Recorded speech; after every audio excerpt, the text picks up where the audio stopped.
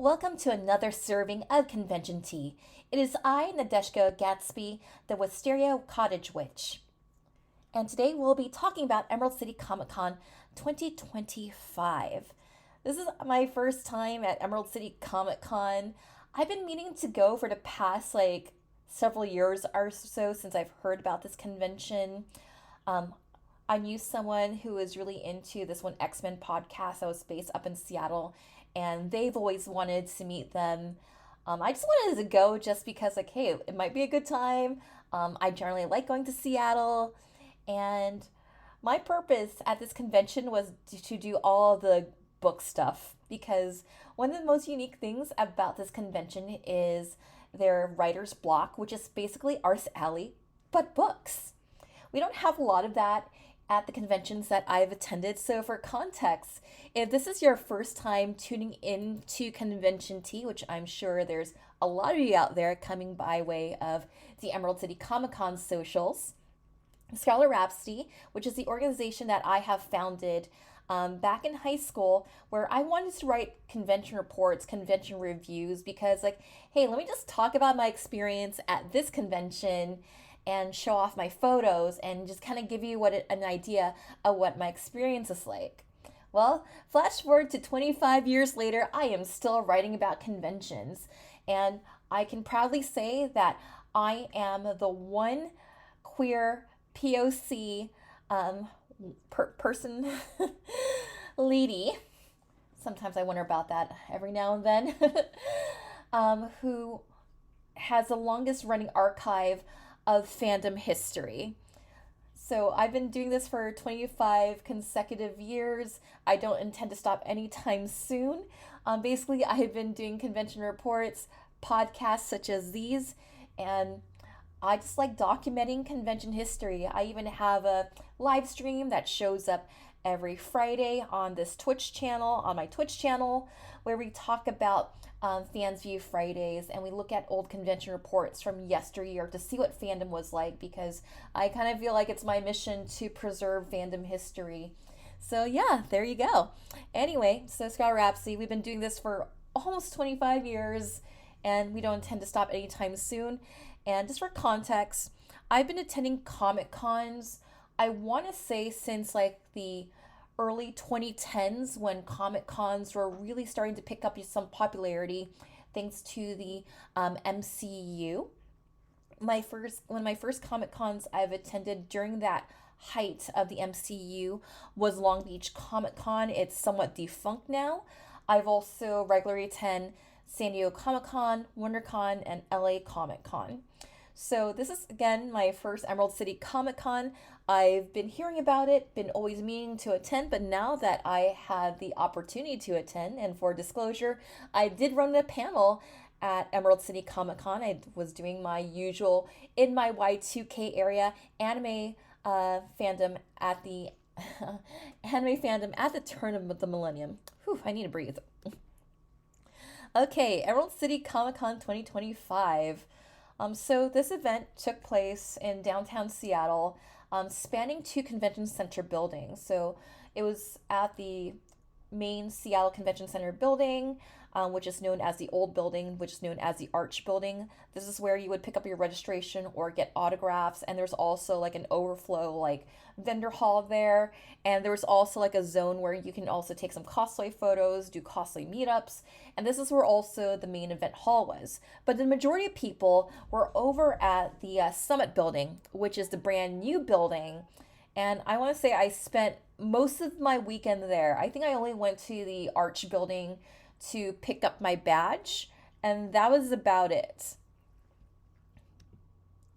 And before we go forward, a word from our sponsors. One of our sponsors is Petals and Poison, your one-stop shop for gothic accessories and teacups. This is one of my favorite places to shop. And if you would like gothic themed necklaces, teacups, candles, perfume, you can use my code Spectre15 to get 15% off your order. And again, that code is Spectre15. All right, let's talk about Emerald City Comic Con 2025.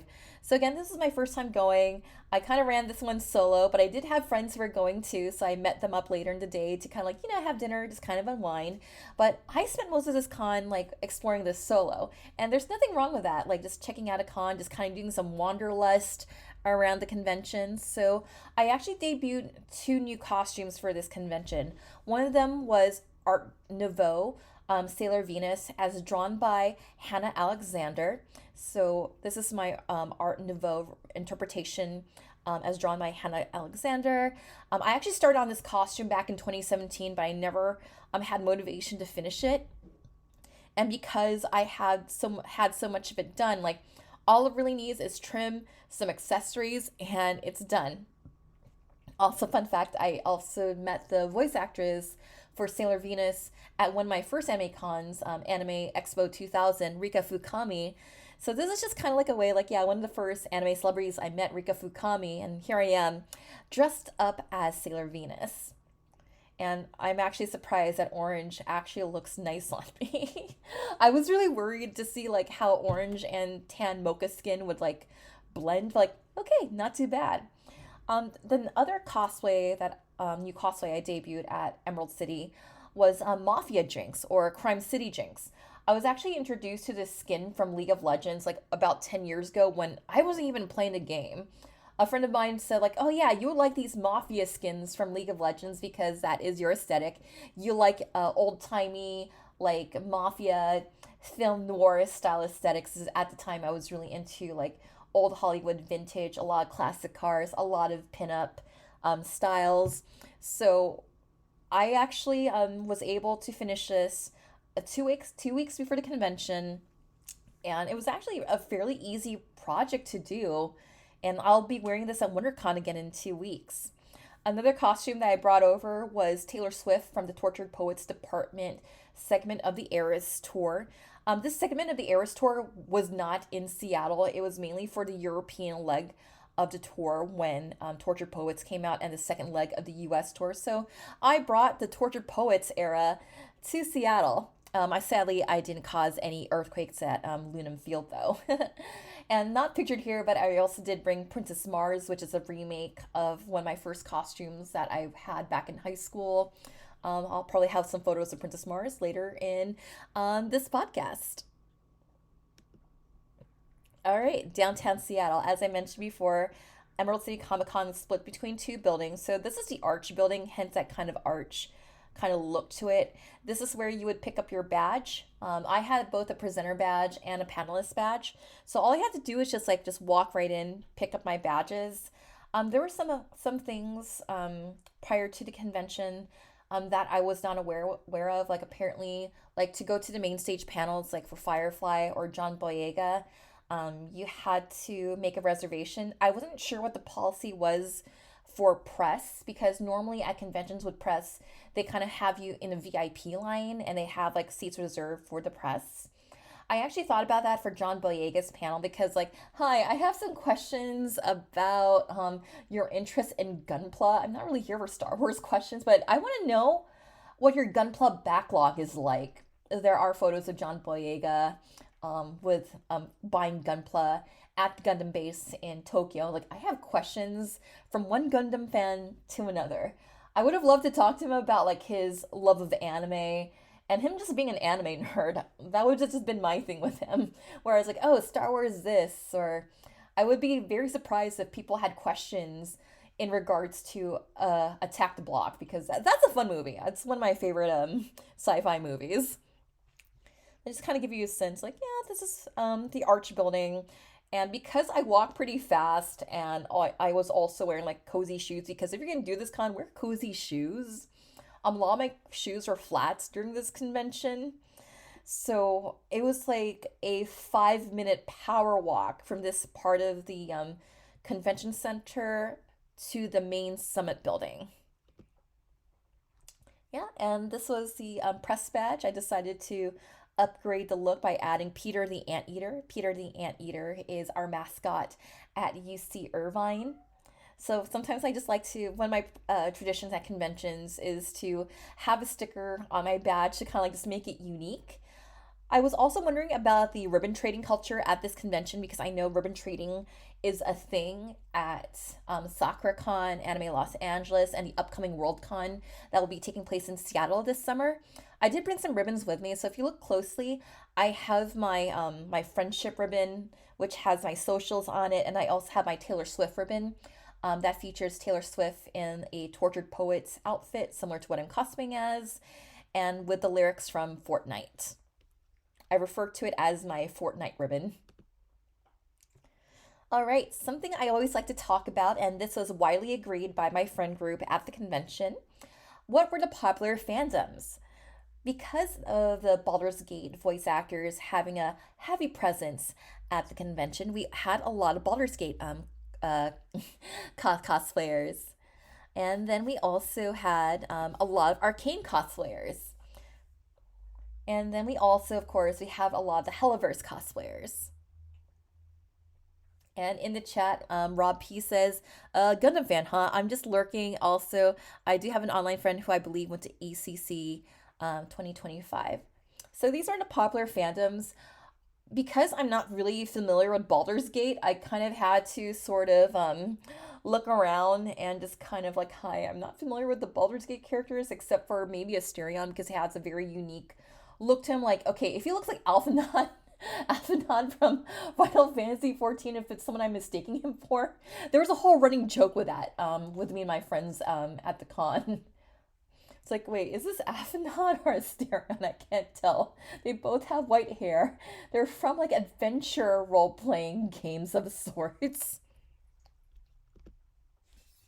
Yeah, these were our popular fandoms. And another thing I always like to mention, what are some of our surprise fandoms and flashback fandoms? So these are fandoms I was surprised to see represented because I love them and it's always pleasant, no pun intended, to see folks representing these fandoms. So we have Kirsten from the American Girl series in the winter outfit changes for Kirsten. We also have, oh goodness, Grisella. Oh my God, I can't believe I don't remember the name. It's the cat that sings "Memory." Na, na, na, na, na. I can't. I feel like a fake Andrew Lloyd Webber fan, but we also had someone costuming cats as the cat who sings like the most popular song out of it. Okay, my Broadway friends are gonna cancel me because I forgot the character's name. Oh no. Yeah, just cancel me. And then, speaking of Andrew Lloyd Webber, we have Christine Daae from Phantom of the Opera. And this is Christine from the Masquerade sequence. Like, I'm so happy. Like now, like I'm just looking at the costume. Like, you know what? I've always wanted to do this costume at a convention, because I see a lot of people do the dressing gown. Like, I'm just eyeballing in. Like, hey, Patty, can you make me some stars? It's time to cosplay as Christine Daae. And Rams has entered the chat. But before we go forward with day one, just quick advert and a quick shout out to my idol group, Angel Hearts Idols. Angel Hearts, we've been performing since 2003. I just recently joined them a couple months ago. My debut was at San Diego Anime Con. I am the Reputation Red Angel. I'm the bad girl angel. So, give us a follow over at Angel Hearts Idols. We'd love to we very much appreciate it because we're just rebuilding our fan base. A lot of us are elder millennials who are trying to figure out the social media thing, but if you give us a follow, you'll have a good time. All right, day one. Again, this is the pickup line for registration. From how I understood it, if you bought your ticket in advance, they would mail that over to you. And for an additional cost, you would get like a special Emerald City 2025 lanyard, or you can get the generic lanyard that they were giving out to people. I just brought my own Dreamcatcher lanyard, which I always bring with me at cons. Dreamcatcher is like one of my favorite K-pop bands. And from understand, this is a day one. As soon as the doors open, very easy in, easy out. I was able to get both my panelist badge and press badge without any hassle. And I also decided to just kind of wander around the Arch building. So again, this is the main Seattle Convention Center, and this is where you would have autographs. If you are familiar with SoccerCon, this is where the Artist Alley would normally be.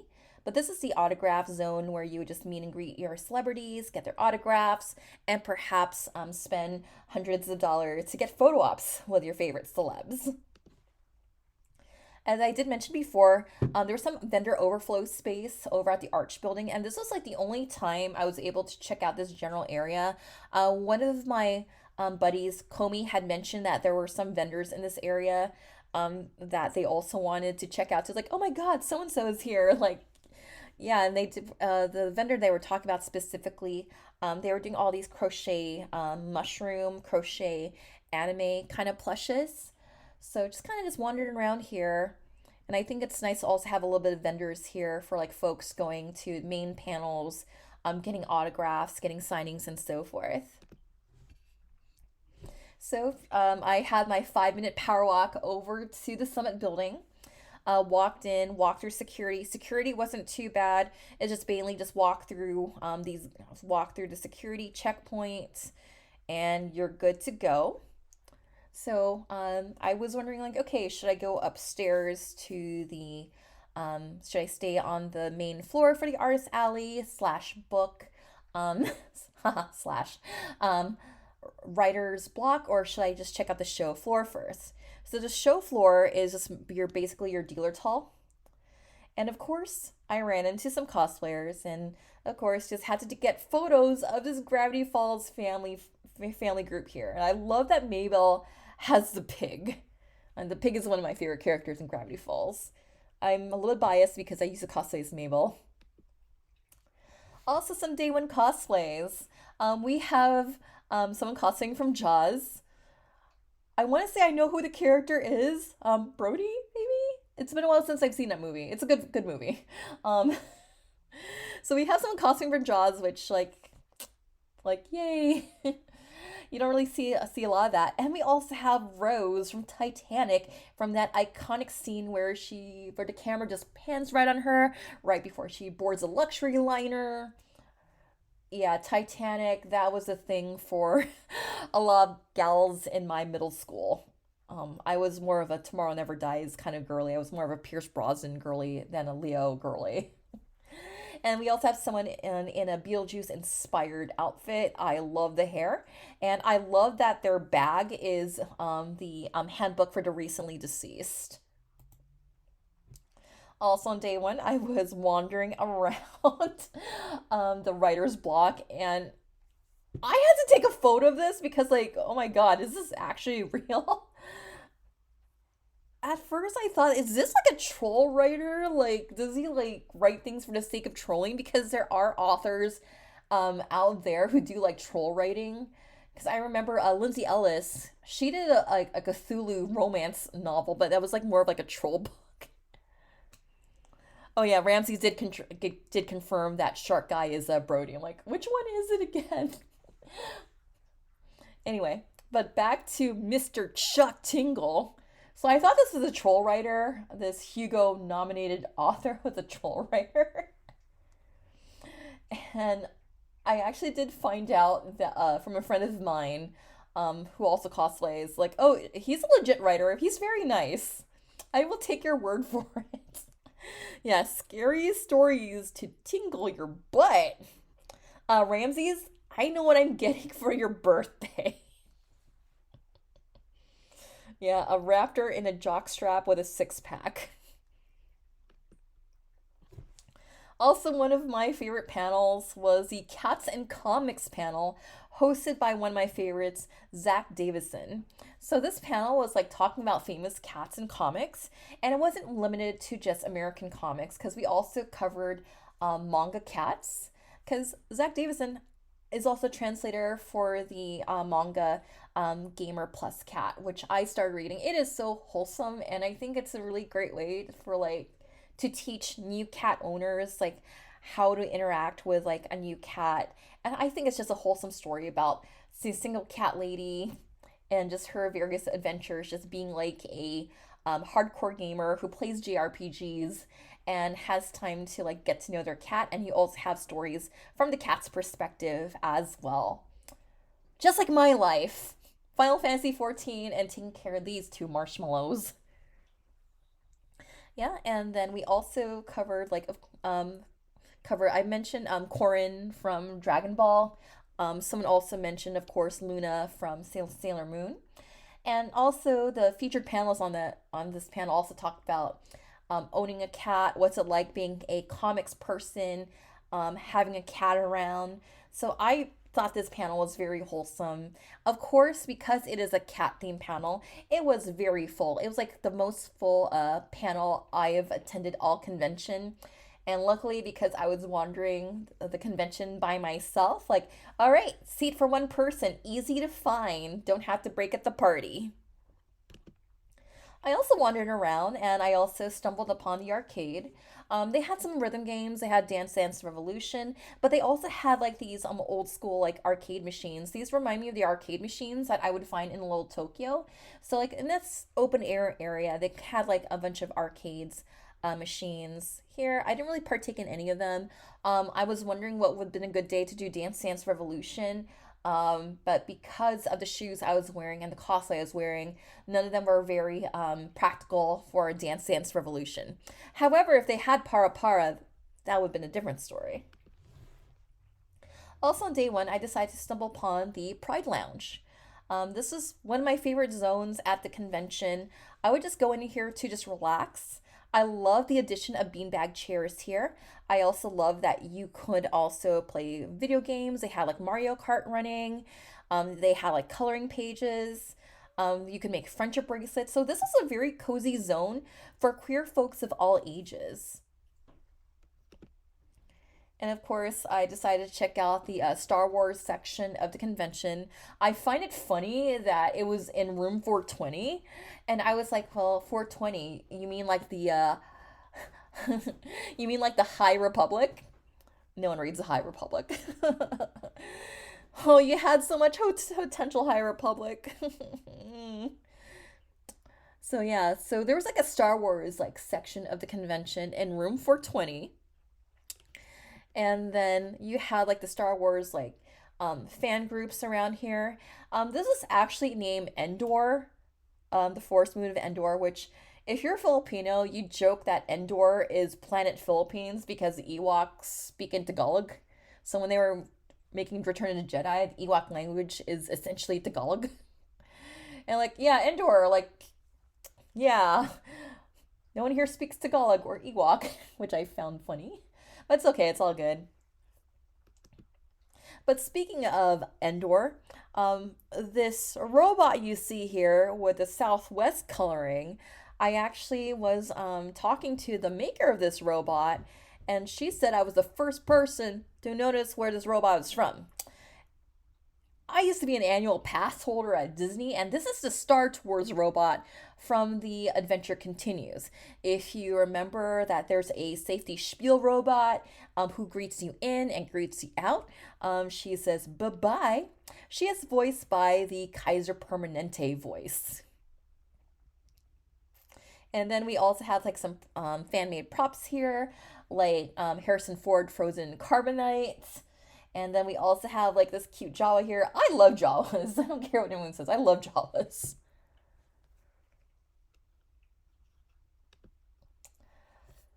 And then to wind down day one, I went to the Broadway sing along. And this room was fairly full too. So I just kind of like just sat in the back with the beanbag chairs. And like, okay, I'm just wondering, because it seemed very Gen Z. The panel was mostly like Gen Z folks kind of in attendance. So the panel opened up with the opening song to Six. I I regret not seeing Six when I was in London when I was over at the West End. But I anytime it tours again, I will definitely watch Six. It's Idols meets the Tudors. I will leave it at that. And of course, some other songs we sang were Music of the Night. We also did Seasons of Love. I'm not giving away my shot. Um, Don't Rain on My Parade, which was one of my previous go-to Broadway songs. In fact, that was a song I had stuck in my head during Anime Expo 2000 as I was going through sensory overload. Like, oh my god, one of my first anime conventions, sensory overload. But yeah, this is a fun panel to check out because I've never been to a musical sing along at a convention. This was not a karaoke type thing, but rather this was just pure like everyone just goes in a room. We're gonna play like various videos, lyric videos from musicals, and we're gonna sing along to it. And of course, when they played One Day More, everyone was just trying to figure out, okay, which part do I sing? Which part do I sing? Like, guys, I got the Thénardier part down. Don't worry about it. We can sing on top of each other. Yeah, here you can see the opening song to Six. Like I said, Six is the Tudors meets Idols. All right, before we go on to day two, a quick advert. You can use my code CadillacCats for 10% off your order at multitasky.com. What is Multitasky? Multitasky is an office supply company that has some cute office supplies. So this is where I get my light ring for photos.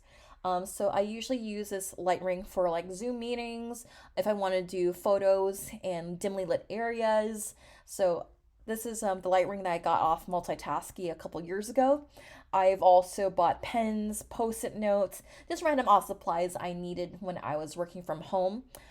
They also sell chargers, hand warmers.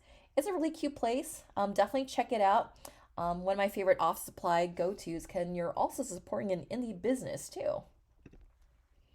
All right, day two. No, we are not having technical difficulties. So I decided to just wander around on day two again. So I didn't go into the 21 plus lounge, but they had like this Kraken kind of theme to it. I just had to take a photo of the tentacle because like this kind of amuses me. And also the fifth floor, the main ballrooms were combined to be a zone known as the Tavern. This is different and this is very unique to Emerald City Comic Con. As I understand, this is the first year that they were doing the Tavern.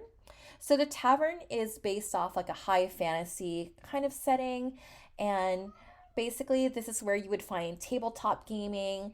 This is where you find Ren Fair vendors, Ren Fair demonstrations. They even had a place where you can buy chowder, mac and cheese, and just kind of like eat amongst friends. And they had tables just kind of like set up for you. They also had like folks singing folk songs on the stage. If I recall, when I was like enjoying my chowder right before my panel, there was this person on guitar, and they were singing the narration song like from Robin Hood. You know that song like Lil John and Robin Hood running to the forest. What? Okay, yeah, that song. I forgot how it goes. It's a song that the rooster sings. But you also had zones here where you all could also take some photos. I didn't get a chance to take a solo photo in this zone right here where like yeah it looks like you're cooking. Like this is like a perfect delicious in dungeon kind of like photo op zone here. And yeah, and also you can take a photo with Asterion, not Alphanod, over here because I guess they were promoting like an Asterion Funko Pop if you're into that thing. At first, because I play so much critically acclaimed Final Fantasy 14, I'm like, Alphanod, is that you? No, it's not. Also on day two, I decided to check out the talent show because I was just kind of like just wondering like, okay, talent show, is this going to also showcase some local like Kaigai idols? But to my surprise, we had comedians, we had Elsa singing Let It Go in Klingon, we also had live acoustic performances. So this is held over at the Pine County room, Pine County stage. And I was like, I could just rest up here, just kind of just listen to some like local talent here. And like, yeah, it's a nice place to just kind of sit down and just kind of enjoy like live entertainment. And and Comey would like to remind me that Alphanod does not have red eyes. I was like, wait, Alphanod, is that you? What? Okay, so some day two cosplays. So some cosplays that I spotted on day two. One of my favorite zones to check out or take cosplay photos was the third floor rooftop. So this is kind of like a zone where like you have like a lot of cosplay mingling, a lot of cosplay meetups here, and everyone just like, just hanging out. And one thing I like about this zone is you can get some like cityscape photos. So you have like downtown Seattle, you had like some really old buildings like the Paramount you can see in the background here. And I know people were very chill. People like I asked people for photos and people were very kind about that. And I was wearing Jinx during day two. So I also got some photos of me as Jinx, just kind of like right by some of these old buildings to kind of like lean into that flapper 1920s prohibition kind of vibe. I also decided to check out a panel called like How to Host a Cosplay Gathering. Sadly, I have a lot of empathy for the presenters. Um, they lost their presentation. They didn't have the presentation available, so basically they had to do a demonstration of the presentation, and they were just talking about like just tips on how to have a successful cosplay gathering. And with all that said, they were also saying like, hey, let's also talk about just cosplay stories or cosplay misadventures. So it then turned into like a cosplay misadventures panel. And speaking of gatherings, um, okay, I'm not quite there yet. I love the fact there was a full Phantom of the Opera group. I never see Phantom of the Opera cosplay groups at conventions, and seeing this makes me happy. They even have the monkey. I was always joking around with my cosplay wrestling federation buddies, like, you know what? Sometimes I just have like this vision of Daniel and Reagan like talking about getting a chandelier for cosplay wrestling federation, and Matashita is a prima donna, first lady of the stage, and Trish the ref is in this gothic gown with a cane and points and like uses a stick to poke people to get on stage. But yeah, I was just so happy to see a Phantom of the Opera cosplay group. I also joke that Rico is in a ballerina outfit because Rico is my Meg to my Christine. I also went to the cosplay repair station. So the cosplay repair station, it's very unique from other cosplay repair stations I've been to. Not only is it a repair station, this is hosted by the Pacific Northwest Cosplay Guild. So in addition to like, okay, I need an extra bobby pin for my Jinx because my headdress is kind of falling off, because it's a lighter, like smoother fabric. They had demonstrations. So this person here is doing a demonstration with Warbler. And I like the fact that you can have like an up close personal look at that Warbler demonstration. They also had costumes on display where you can see some craftsmanship from that is very up close. And I also did appreciate that too. They also had changing rooms. Obviously, I didn't take photos of the changing rooms.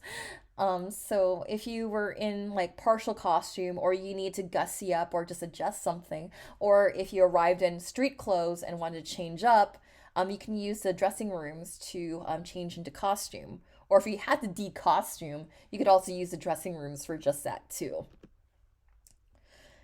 And speaking of cosplay gatherings, I went to the Arcane slash League of Legends slash Riot Games. Okay, technically it was the Riot Games cosplay meetup. And do I have any group pictures featuring me here? I was one of the many Jinxes at this cosplay meetup, but I was the one Jinx that was in a very unique skin. A lot of the Jinx presents that were present were like arcane Jinx, and I think another there was another Jinx in another skin who showed up later at the meetup. Of course, I wore Mafia Jinx, and of course, it's no surprise. Okay, there's our Jinx crew right here with Silco, who is our problematic surrogate father. But I am, to a certain extent, a Silco defender. So you have different versions of Jinx here from Arcane, and then I am the Mafia Jinx on the lower right-hand corner. So much blue. I love it. And then you had like folks also costing as League of Legends characters, and I think at one point we also had some Valorant characters, And then of course like all the arcane jinxes had to do the Spider-Man thing. I needed to get a photo of this because it was just way too amusing. And of course, I don't have photos of this because I was just kind of like in prep mode for my panel right after the Arcane slash Riot Games slash League of Legends meetup. I know that's all redundant. So I went to the tavern. My buddy Matt recommended that I grab chowder to calm down my stomach right before my panel. And this is the first time I was running the Y2K era panel solo because I normally do this with friends. And I think it went fairly well. And also during the panel, I got a text message from my mom that copies of my book shipped to our house. And then, like, wow, it actually is really real now. I'll talk more about my book towards the end where you can get it. But the fact that, like, 2 years ago in 2023, I was in a bookstore in Spokane, Washington, thinking to myself, like, yeah, it'd be really cool if I was a writer and my book was here at this bookstore. And then I'm in Seattle, Washington 2 years later. My book is real. My book is real. And this was just my reaction when I saw the box of books. And I will finally be able to touch my books, copies of my book, tomorrow when I do my quick photo shoot of my headshots with my book. But yeah, the panel went well. After that, went to a steak dinner with friends. And yeah, it was a lot of fun doing the panel. I was running off a lot of adrenaline doing that panel. I actually added a lot more content that I normally don't get to add. Um, I actually gave a shout out to Geki and Professor Rams during the panel. Like, yeah, normally when I run this panel, when I talk about baby's first anime or what was the anime that got them into anime, I talk about Geki's experience in Korea having bootleg Korean anime and Professor Rams's experience with Los Caballeros del Zodiaco. And when I said Los Caballeros del Zodiaco, normally if I say that at a convention here in Southern California, I get like, yay, woo! And then I said Saint Seiya. There was about a couple people in the audience that cheered. And thank you everyone for the congratulations. It really means a lot. I really appreciate it. So, before we go into day three, one of our sponsors is Magic Candle Company. Magic Candle Company is one of my go-tos for uniquely scented candles. One of my favorite scents is Port Orleans. Port Orleans has like this gardenia scent to it. I like lighting that up kind of like on a spring night such as this one.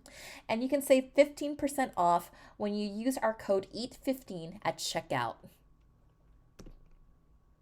All right, day three. Let's talk about cats because I like cats. I hope you like cats too. So, anytime I go to a convention in downtown Seattle, I always had to stop by Neko Cat Cafe.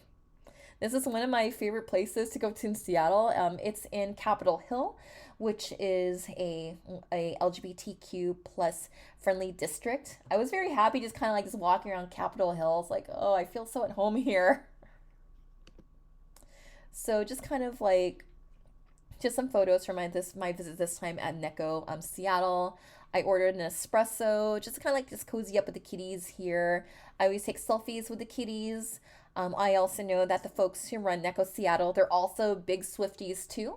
So when I tag them, like, yeah, cosplaying as Taylor Swift, visiting cats.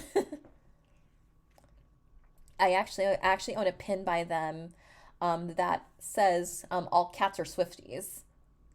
So definitely looking forward to my next visit here because guess what?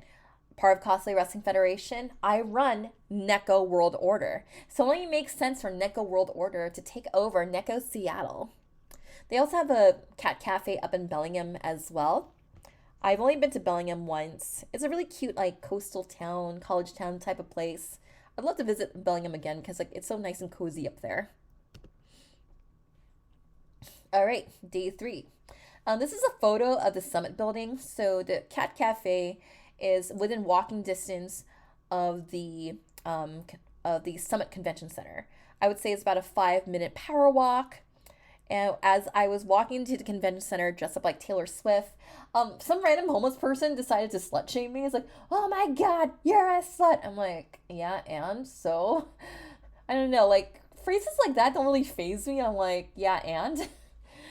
Oh my God, just sometimes you'll get some crazies on the street. Luckily, it was just some yelling just random crap that and I'm like, okay, luckily they weren't posing a danger to themselves or others. Like, okay, just some random person just spewing this and that. Whatever. So yeah, decided to just kind of walk around day three. Saw these random cosplayers. I really like how they had like this booth with them. Always appreciate the extra efforts cosplayers do when they're dressed up. Also some day three cosplays. So I do appreciate we had like the sandworms from Dune. And then we also have one of my favorite League of Legends characters, Ari. I also have that costume too. I was actually surprised because at the Riot Games meetup, I was surprised I didn't see an Ari because usually anytime I'm at a Riot Games or a General League meetup, as a photographer, I always see at least one Ari. And like, wait, we have all Jinxes but no Ari. That makes me sad. But I'm just happy to see like, yay! I probably might go as Star Guardian Ari at WonderCon, but I just need to see how I feel. And of course, story time. So anytime I cosplay as Taylor Swift at cons, I always trade friendship bracelets to anyone who recognizes what I'm cosplaying as. And I was also giving away the Taylor Swift ribbons, the Fortnite ribbon. So I was thinking to myself because I'm no longer a Kansas City Chiefs fan. It's not that I'm a fair weather fan. It's just kind of like things some players have said and alignments that have made me uncomfortable that they went public with, but I will leave it at that. Um, so I was like, I have a few like Chiefs like related friendship bracelets. I like to give these away to people who would appreciate them because I actually have like a friendship bracelet that says "Guy on the Chiefs." And as I was walking along the fifth floor, I see a Coach Reed cosplayer. And like, can I get a photo of you? And this friendship bracelet is just for you. So I gave him my Guy on the Chiefs friendship bracelet. And I had to show this to my buddy Geki because I was telling Geki like, look, you gotta cosplay as Uncle Jim because I think that would be funny. Also, a few more day three cosplays. We have my buddy Dia cosplaying as Renee Walker from a lacrosse book series. Hopefully, one day we will do a panel on book cosplay. I was actually thinking about that because there's a growing like number of cosplayers who want to cosplay from Romantasy, but there's not a lot of visual reference. So, how do you pull that design into real life when there's limited visual reference? Because I remember I had to do that back when I was like 10 years old, reading the inappropriate Fear Street slasher novel series. And there was a character all like by the name of Angelica Fear, who was like the Southern Belle, but she was also very witchy too. It's like, yeah, I want to cosplay as Angelica Fear, but she's on the covers, but there's like no consistent like kind of look to her. It's like she's a witchy Southern belle who's like has all this power and stuff, who drinks blood from wine glasses. Anyway, I was also very happy to see Moulin Rouge cosplays. Um, Moulin Rouge is like one of my guilty pleasure movies.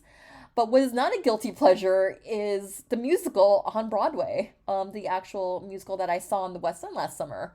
I actually felt that the musical stage version was a much better interpretation of the source. Like there are things I like from the movie, but the movie is like littered with like some issues that I have, which keeps me from really recommending it and really liking it as a whole. That's why I have it as a guilty pleasure type of movie.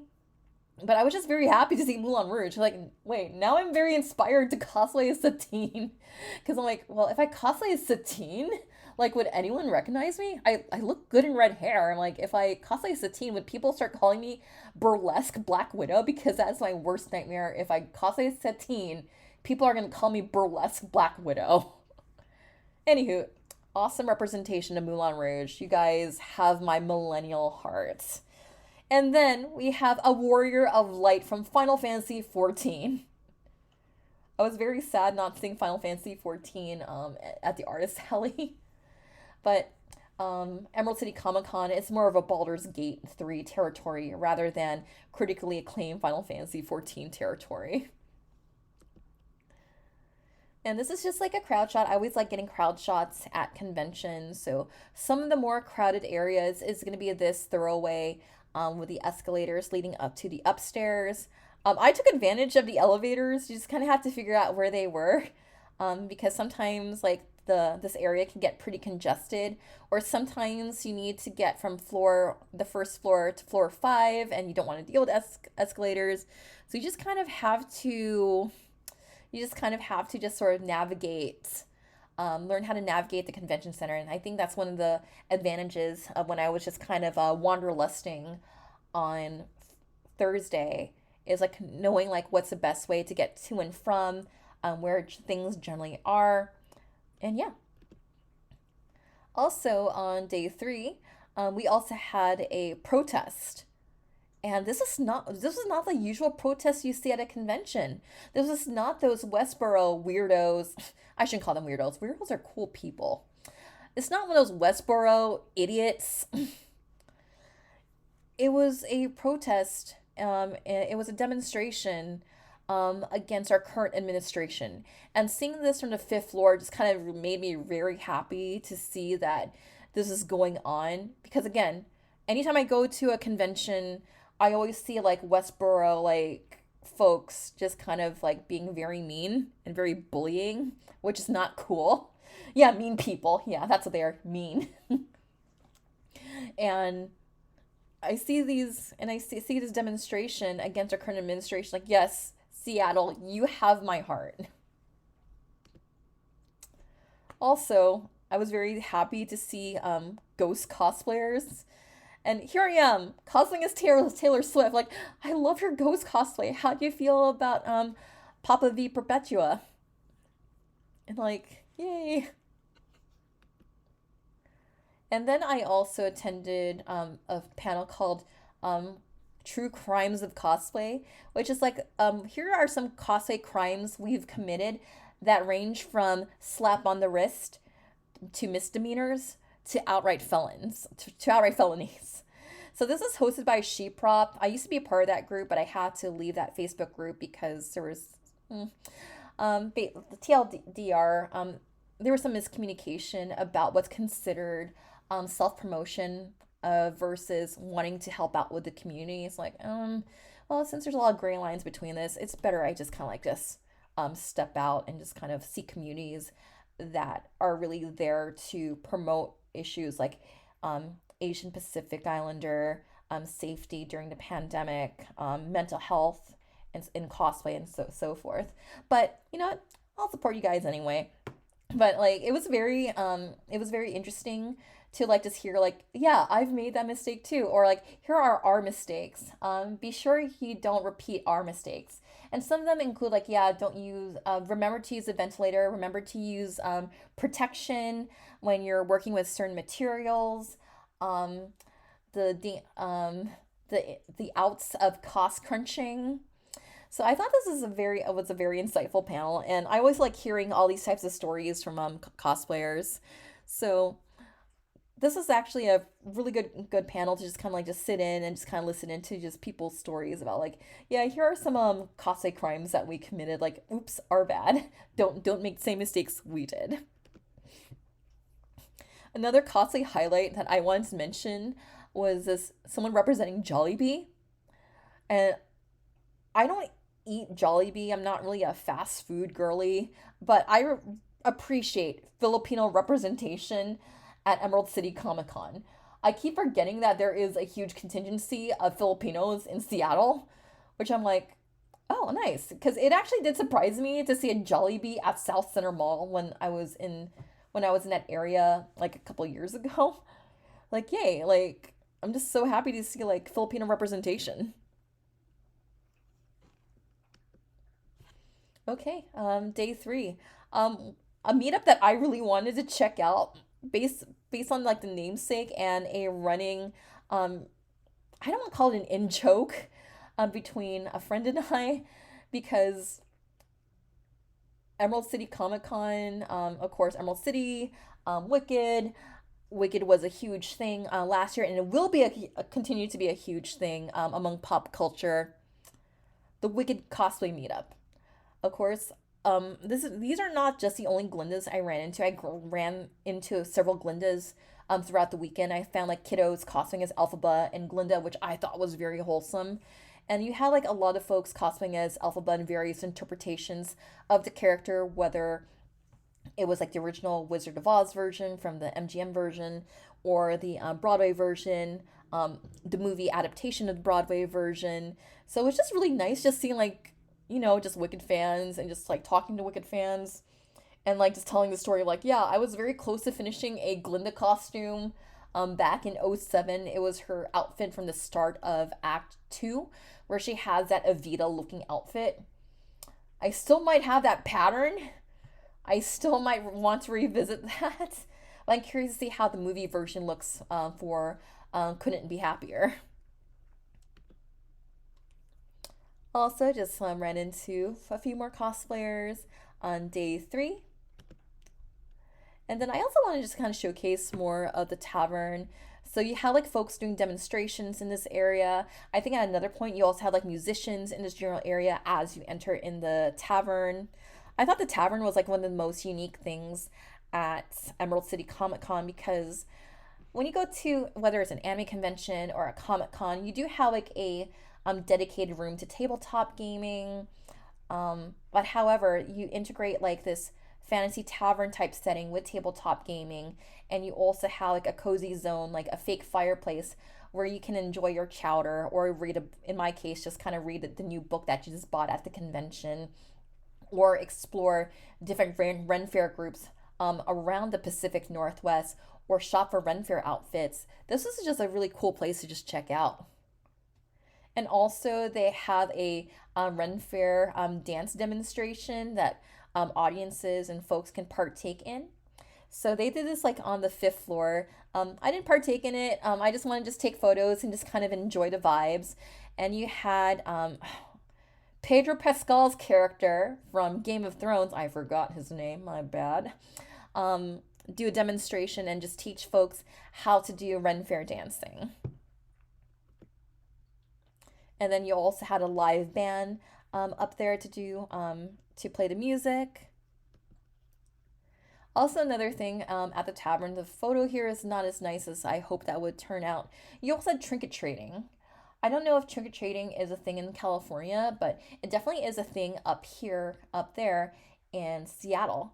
So people can bring like friendship bracelets, stickers, and they can just trade whatever with just random people here in this zone of the tavern.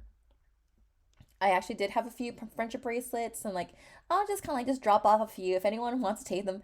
By my means, go ahead because I already have like a small suitcase. I can't take a lot of things back with me, unfortunately.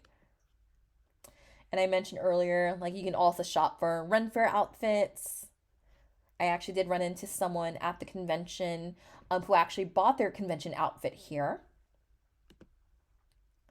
And before we move forward, I also wanted to just mention my book, The Fangirl Diaries. If you like reading about fandom history, if you're curious to learn about what being a millennial fangirl was like, what cringe culture was like back in the late 90s, early 2000s, The Fangirl Diaries is just that book.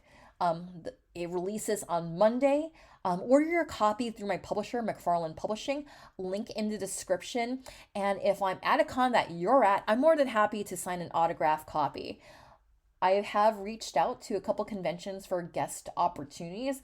I have not received any bites yet, but however, if there is a convention in your area and you would like to have me as a guest, please let them know to have me as a guest. I'm more than happy to do panels, autographs, meet and greets, more than happy to like support the community out there because this is an important piece of anime fandom history because we don't have a lot of documented official works by millennials of what it was like in the 90s and early 2000s. All right, day four. So on day four, I normally do one final look at the dealer's hall, one final look at the artist alley, writer's block. Oh my god, goodness, I am so happy. They have a section for like book people. That makes me very happy. Like, ooh, I could spend a lot of time here. And I did. I got to meet a lot of writers. I got to talk to one of my favorite indie bookstores up in Seattle. Technically, they're in Lake Forest, Third Place Books. It's a cafe and a bookstore. And I I thought this booth was pretty unique. Again, as I mentioned before, that there's a city called Bellingham up in northern Washington. It's a cute, cozy place. Like, ooh, Bellinghamsters. This looks cute. It's like adopt your own hamster. It's like Hamtaro dress up game. Of course, I also it wouldn't be Comic Con without comics, so I always like to get photos of like what comic vendors were there. And I also want to highlight some day four cosplays. So here we have My Hero Academia. We also have someone another Taylor Swift cosplayer. She's cosplaying as Taylor Swift in the Willow outfit from the Evermore era. If you know me, well, I've done this cosplay at San Diego Comic Con. I've done this cosplay at what was the other con I wore this at? Comic Con Revolution. But I was just happy, like, oh yeah, he's a tiny Taylor Swift. It's a Taylor Tot. And then we also have Dorothy and the Hannah Alexander interpretation of the outfit. I'm like, yeah, I'm so happy seeing other Hannah Alexander cosplayers at this convention. All right, so if you are a book nerd like me, if you grew up reading a series known as American Girl, look closely at the panelists. They are cosplaying from American Girl. This was like one of my favorite panels at the convention because, like, oh my god, I found my people. So, one of the panels that I needed to go to was the American Girl panel. A friend of mine asked me to join them for D&D on Sunday morning, but it was the same time as the American Girl panel. Like, oh my god, someone is actually thinks I'm cool enough to join them for D&D. I want to join you guys. Next time around, it's always the next time. So I'm a huge fan of American Girl. Samantha's books were like my first chapter books. And I am so happy not only to meet millennial fangirls of American Girl, but they were also cosplaying and they also had their dolls. And I'm like, I am adding American Girl to my ever growing cosplay list. I will finally live my dreams and cosplay as Molly and Felicity. So they were talking about the American Girl community because I had no idea that there was an American Girl community. I just thought like because the way how Pleasant Company runs your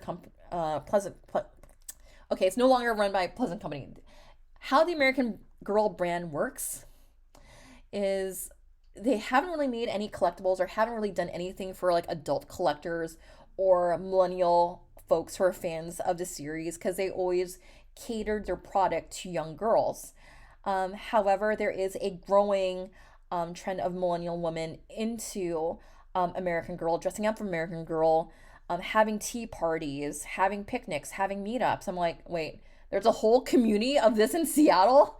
I am living in the wrong city. So I'm like, as soon as I get to my parents' house, I am digging up my Molly doll, my Felicity doll, my first edition American Girl of Today, Mimi, my other American Girl of Today that I got when I went to the New York store, Chloe. And I am gonna work on that Molly cosplay for Emerald City Comic Con 2026 because I found my people here. And this makes me very happy knowing that there's a community and like anytime they're talking about like, oh, we do this, we go to Versailles and have ballroom dances there. I'm like, you guys are my people. You guys don't exist where I live. Okay. I really want to just check out more of this and I would just love to just be a part of the community that like grew up with us because And believe it or not, American Girl, I kind of feel like it all comes full circle here, was one of my reasons to be a writer. Because when I was really into American Girl, like I also wanted to write stories. I also wanted to um do some write like something like Asian American related. And then I kind of dip back into that again in university when I was an Asian American Studies minor. Like it's my next lifetime goal, pie in the sky, is to write an American Girl series, where we have an Asian American girl at the forefront, because that would be my dream. And with that said, like I just admired this panel. I admired it for existing because this is just my childhood. Also on day four, I went to the Para Para panel. This is right next door to the Star Wars 420 room. Okay, I should call it the Star Wars 420 room. It was next to the Star Wars zone. So we got to learn a dance called Cyber Dance. I kind of know it a little bit here and there, but it was just kind of cool, just kind of like just moving your body for about an hour, just kind of like just letting that blood flow come in. Like even though it's the last day of the convention, like yeah, I'm totally pumped to learn a brand new para para dance. And I got to talk to the panelists like right after the demonstration slash workshop. Like yeah, I'm part of this group called Angel Hearts, and it's just always cool just meeting like other para para people and just kind of cool, just kind of like talking about Eurobeat, um, talking about Initial D, the things where you can find Eurobeat music from, talking about playing Para Para at the arcade. So I really enjoyed this panel. I also got to meet a Ruby and Yohane cosplayer, like, yay, anime people at Comic Con, my people. It was a lot of fun, really got the blood working. And even though it was like the last day of con where I should be tired, I wasn't tired at all. I was ready to dance. And for some reason, the photo on this slide won't load, so we're gonna stare at this void. Come on, load. If not, next one. So one of the last things I stopped by at was the Arcane cosplay meetup. As you can see here, definitely larger than the League of Legends meetup.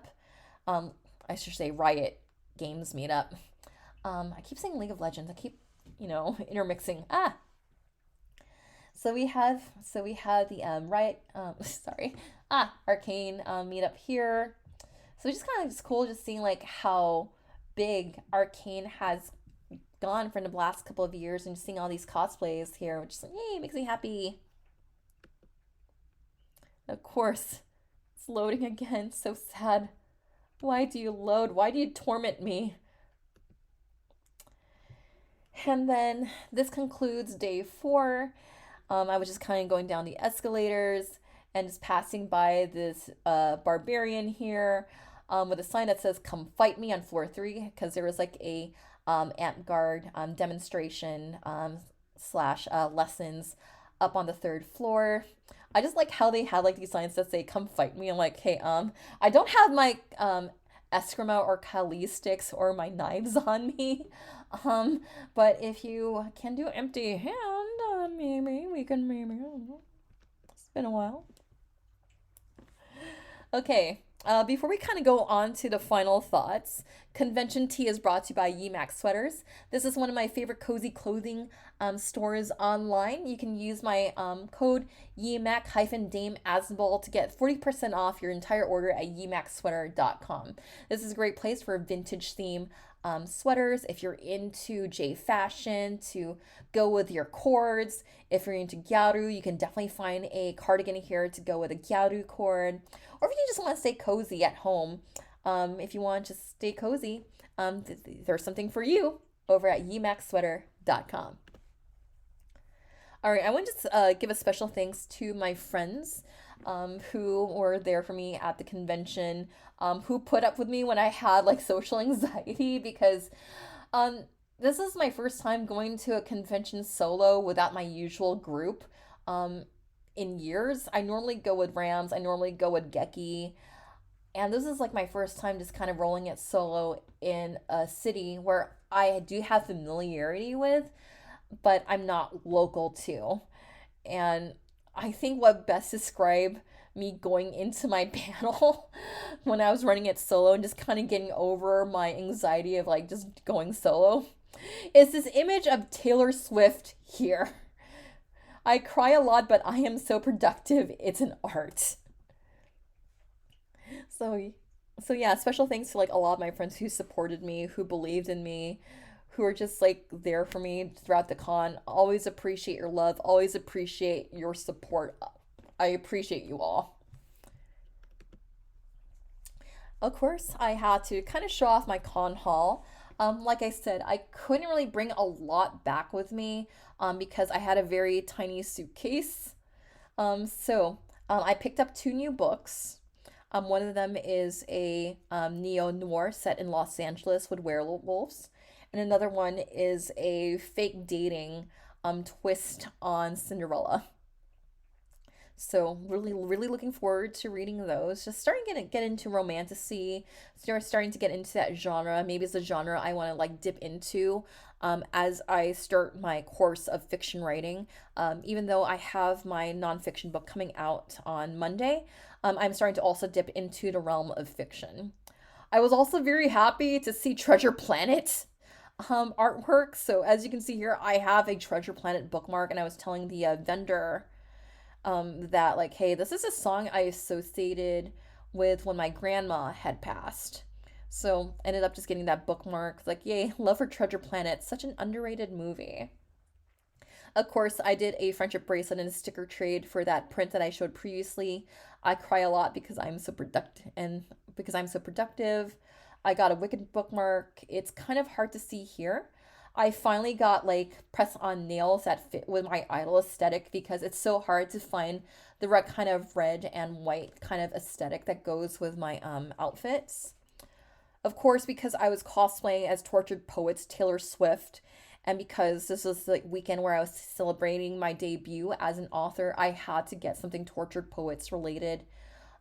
So I got a Tortured Poets tote bag. And then because I was very happy to see a Chapel Roan artwork, I had to get the Good Luck Babe piece of artwork. Also, I was kind of whistling Good Luck Babe to myself when I was just on Friday night, and I think a friend of mine said like, "Wait, is that song about unaliving yourself?" Like, no, it's not about unaliving yourself.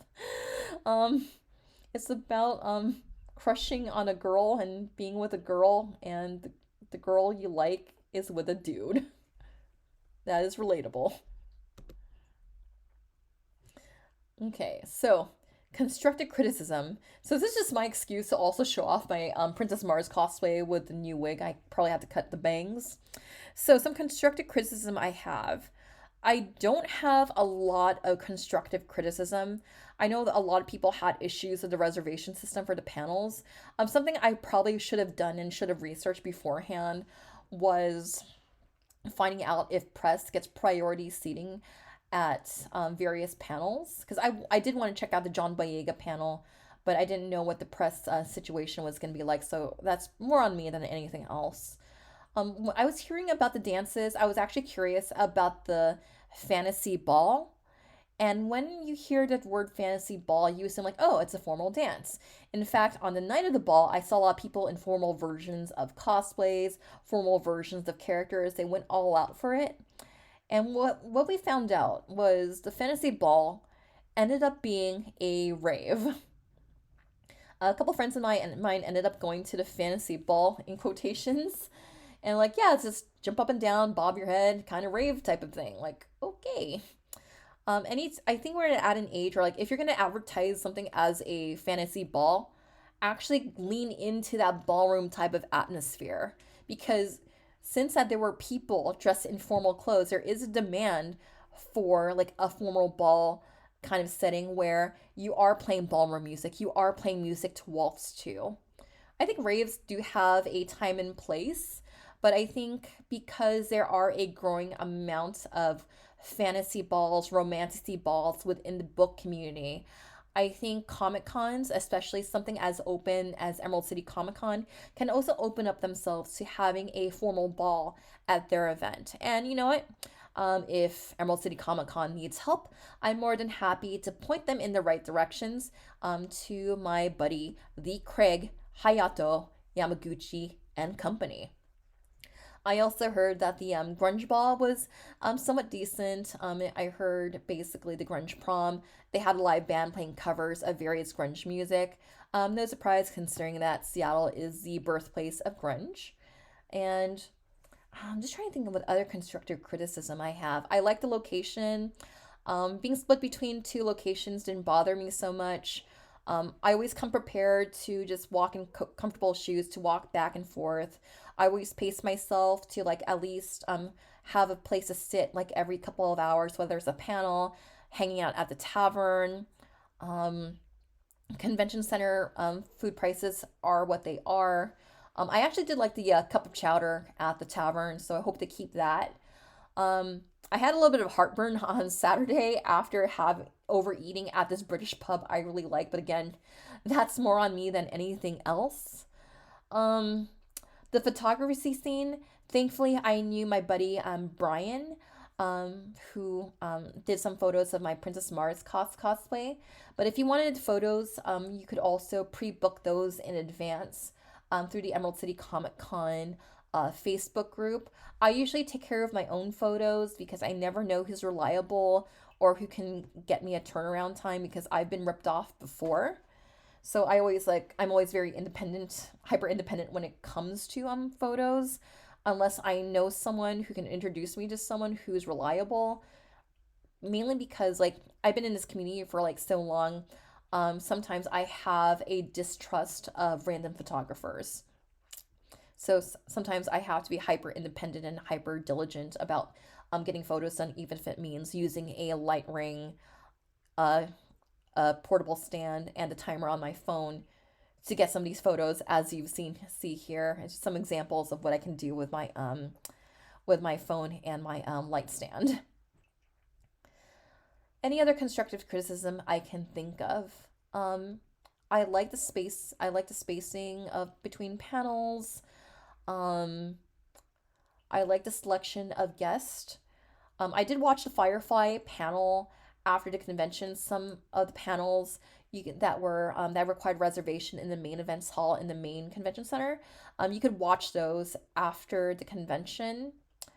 I kind of felt that the moderator could have done a better job just kind of keeping the pace and just involving all the Firefly actors like within the conversation. It's been a while since I've seen Firefly. I think the last time I saw Firefly was maybe 10, 15 years ago. I was borrowing friend's DVD on it, and I used to have a friend who cosplayed as Nathan Fillion's character. I remember one time a friend of mine suggested I cosplay as Inara. Any hoot. Um, so that's all I can think as far as constructive criticism because I have so many good points about Emerald City Comic Con that I do have that require constructive criticism. So my general final thoughts. Here I am. Here, just for context, this is the British pub I went to. I had poutine and a French onion soup, and both of those were so delicious. Like I just had to like just kind of eat as if I was an anime character at a tavern, but I'm cosplaying as Taylor Swift. It's like nom nom nom nom all the things. My final thoughts on Emerald City Comic Con. Usually I have to wait till maybe like two or three times before I rank some before I rank a Comic Con. Um, I had a great year this year, and I had a great time just exploring different panels. Panels I went to were unique. These were panels I could not find at my local Comic Cons, whether it's WinterCon, San Diego Comic Con, or even LA Comic Con. I always like tuning into unique programming. And some of those unique programmings include, for example, um, karaoke.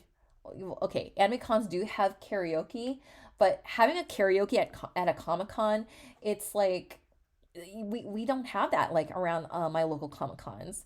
We had Broadway sing-alongs, and I felt like, yes, I'm with my Broadway people here. We had Broadway cosplay even. I just saw like it was just a unique experience. I love the setup of the tavern because it was just like stepping into Gridania. Like yay! Like I'm just like stepping into Gridania. I'm I'm here at the Aetherite looking for clothes, and Yeah, in the chat, Comey says that there was an epic music sing along panel. I wanted to go to that one, but I was having lunch and I needed to like just walk there slowly. I really feel that there's like a lot of place for different fandoms at Emerald City Comic Con, and it doesn't necessarily have to be comic related. And I know that's a growing controversy that like our Comic Cons losing comics. And there was an article published not too long ago. I'll put the link in the description if Comic Cons are losing their touch and becoming more like pop culture festivals. And I really feel that for Comic Cons and for these spaces to survive, you have to keep adapting to what's being trending, what's cozy to the nerd community. And right now, like for the younger nerd community, it's Helliverse, it's musicals, it's Epic the Musical, and it's book this and that because romantasy books are a huge thing right now with fans of all generations, including myself. And I was also surprised to meet a lot of Swifties on Saturday who recognized my costume. I was giving out friendship bracelets. And now, like, I was even discussing with the Washington State Swiftie group, like, hey, what if we had like an Emerald City Comic Con Swifties meetup? And you know what? I'm going to start that next year. Have a Swifties meetup. Well, it has nothing to do with comics. It has everything to do with pop culture. And of course, there's a huge intersection of nerdy folks and Swifties as well. And I'd like to have that space. But I really do like this convention. I would love to come back again. I would just love to have roommates this time around. Because I mean, I got a little bit stir crazy in my room. I was reenacting the Tortured Poets section of the Eras Tour just to kind of get into character. And I was having a box of Thin Mints alone, like, girl snacks, Thin Mints. I do appreciate that there were Girl Scouts of various troops selling cookies around the convention and taking Venmo as a form of payment. Like, yes, give me Thin Mints, please. And I do appreciate just kind of being in this area. Everyone was very nice. And I will find a way to budget and figure out how to do Emerald City Comic Con next year. Because I love this Comic Con. It's very different, again, from the other Comic Cons I go to. I feel at home here. I feel cozy here. I feel welcomed here. And just everything about the community up in Seattle, you guys make me feel like it's home. And that's why I have Home from The Wiz on the Emerald City Comic Con playlist. I have other songs on the playlist too, including Down Bad by Taylor Swift. But Home from The Wiz is definitely sums up my experience at Emerald City Comic Con. Thank you so much for listening to an hour and a half of me yapping about Emerald City Comic Con. I like to give thorough reviews of conventions that I have attended, mainly because I want to say, like, yeah, I was there. This is what it was like.